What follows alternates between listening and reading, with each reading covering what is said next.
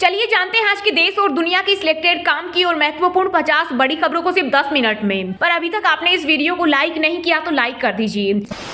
रेवंत रेड्डी बने तेलंगाना के तीसरे मुख्यमंत्री। सोनिया, राहुल खड़गे समेत कई कांग्रेस नेता समारोह में हुए शामिल। शपथ लेने के बाद तेलंगाना में कांग्रेस की 6 गारंटियों पर लगी मुहर। महिलाओं, किसानों को केस मदद, 200 यूनिट फ्री बिजली और बेघरों को जमीन देगी कांग्रेस सरकार। बीजेपी संसदीय दल की बैठक में 3 राज्यों में भाजपा की प्रचंड जीत पर प्रधानमंत्री नरेंद्र मोदी का हुआ सम्मान। बैठक में शामिल नेताओं ने मोदी जी का स्वागत है के लगाए नारे। वहीं पीएम मोदी ने बीजेपी की चुनावी फतह का सेहरा कार्यकर्ताओं के सिर बांधा और कहा जनता से किए वादों पर खरा उतरना है।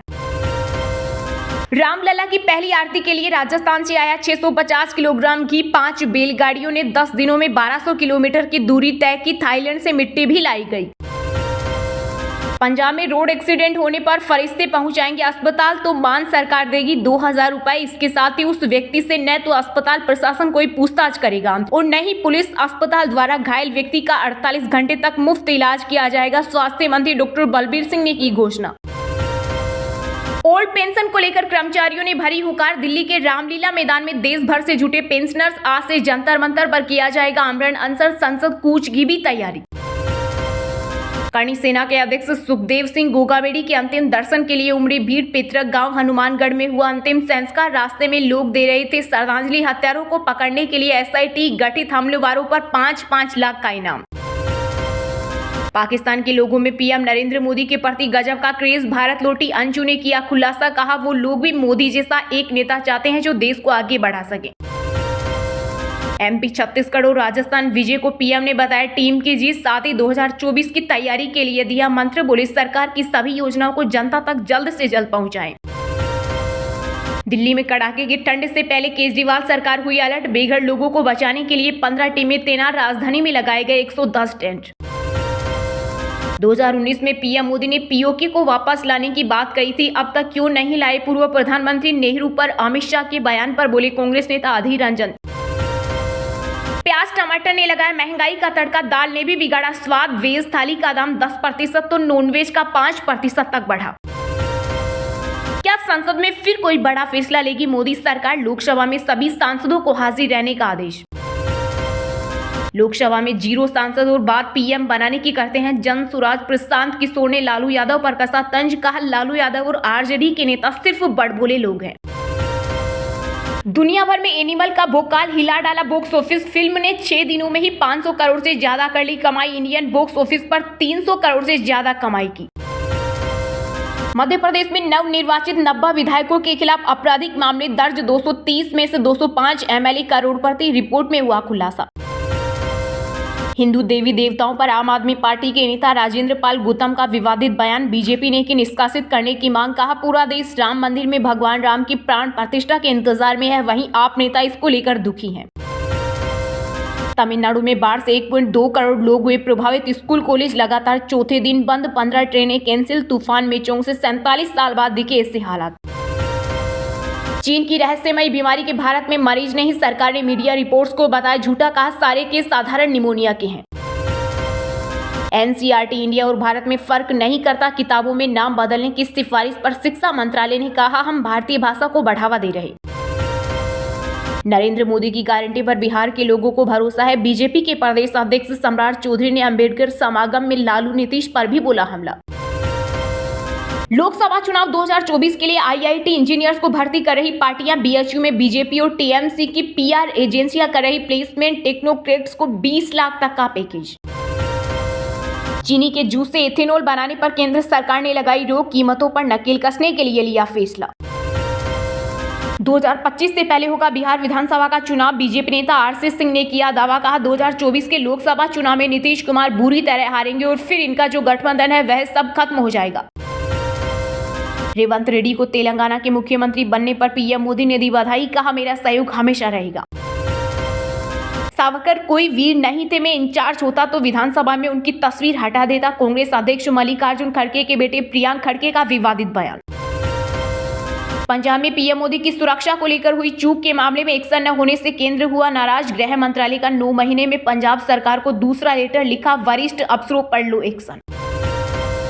बंगाल की सीएम का सलमान के साथ डांस पर मचा बवाल। केंद्रीय मंत्री गिरिराज सिंह ने कहा ममता का ठुमका लगाना उचित नहीं, तो वहीं टीएमसी सांसद महुआ मोइत्रा ने किया पलटवार। बोली अब आप नहीं बताएं कि हमें क्या करना जरूरी है, आपके मंत्रालय ने तो खुद मनरेगा मजदूरों की 7,000 करोड़ की चोरी की है।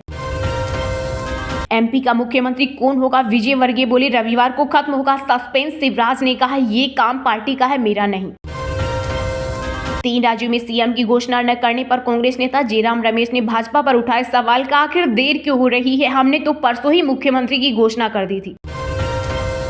गुरुवार को लाल निशान के साथ बंद हुआ शेयर बाजार। सेंसेक्स 132 अंक टूटकर 69,521 पर हुआ बंद, तो वही निफ्टी 36 अंक फिसलकर 20,901 पर हुआ बंद।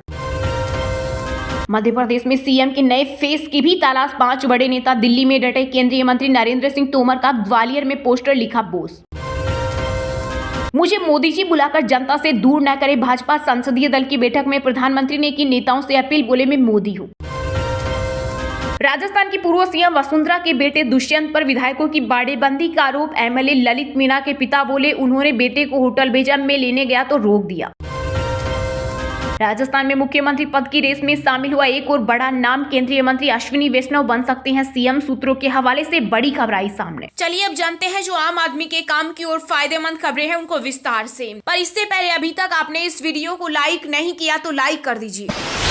रेवंत रेड्डी बने तेलंगाना के तीसरे मुख्यमंत्री। भट्टी विक्रमार्क डिप्टी सीएम। 11 मंत्रियों ने भी ली शपथ। सोनिया, राहुल खड़गे समेत कई कांग्रेस नेता समारोह में हुए शामिल। शपथ लेने के बाद तेलंगाना में कांग्रेस की 6 गारंटियों पर रेड्डी की लगी मुहर। जी हां, 5 राज्य में हुए विधानसभा चुनाव के रिजल्ट सामने आने के बाद प्रदेशों में मुख्यमंत्रियों के शपथ लेने का सिलसिला शुरू हो गया है। इस बीच गुरुवार को कांग्रेस नेता रेवंत रेड्डी ने तेलंगाना के मुख्यमंत्री पद की शपथ ली। हैदराबाद के एलबी स्टेडियम में आयोजित भव्य कार्यक्रम में तेलंगाना की राज्यपाल टी सुंदरराजन ने उन्हें पद और गोपनीयता की शपथ दिलाई। रेवंत रेड्डी के अलावा 10 और विधायकों ने मंत्री पद की शपथ ली। रेवंत रेड्डी के साथ मल्लू भट्टी विक्रमार्क ने उप मुख्यमंत्री पद की शपथ ली। इनके अलावा नर्मदा उत्तम कुमार रेड्डी, सी दामोदर राज नरसिम्हा, कोमाटी रेड्डी, वेंकट रेड्डी, डूडीला श्रीधर बाबू, पोंगुलेटी श्रीनिवास रेड्डी, पोन्नम प्रभाकर, कोंडा सुरेखा, डी अनसुया सीताका, तुमला नागेश्वर राव, जुपली कृष्णा राव, गद्दाम प्रसाद कुमार ने कैबिनेट मिनिस्टर के रूप में शपथ ली है। शपथ ग्रहण समारोह में कांग्रेस के राष्ट्रीय अध्यक्ष मल्लिकार्जुन खड़गे, संसदीय दल के अध्यक्ष सोनिया गांधी, राहुल गांधी, प्रियंका गांधी, दीपेंद्र हुड्डा जैसे बड़े नाम शामिल रहे। इसके अलावा हिमाचल प्रदेश के सीएम सुखविंदर सिंह सुक्खू, कर्नाटक के सीएम सिद्धारमैया और डिप्टी सीएम डीके शिव कुमार ने भी अपनी उपस्थितियां दर्ज कराई। इस दौरान रेवंत रेड्डी ने शपथ लेने के तुरंत बाद 2 फाइलों पर दस्तखत किए। पहली फाइल चुनाव से पहले कांग्रेस की तरफ से दी गई 6 गारंटियों की थी। दूसरी फाइल में दिव्यांग महिला को नौकरी देने का वादा किया गया। तेलंगाना की जनता को कांग्रेस की 6 गारंटी। महालक्ष्मी स्कीम, महिलाओं को हर महीने 2500 रुपए और 500 रुपए में गैस सिलेंडर। साथ ही राज्य परिवहन टीएसआरटीसी की बसों में मुफ्त यात्रा की घोषणा। राज्य के सभी किसानों को 15,000 रुपए प्रति एकड़ की वित्तीय सहायता और कृषि मजदूरों को 12,000 रुपए देने का वादा। इसके अलावा ज्योति योजना के तहत हर परिवार को 200 यूनिट बिजली फ्री।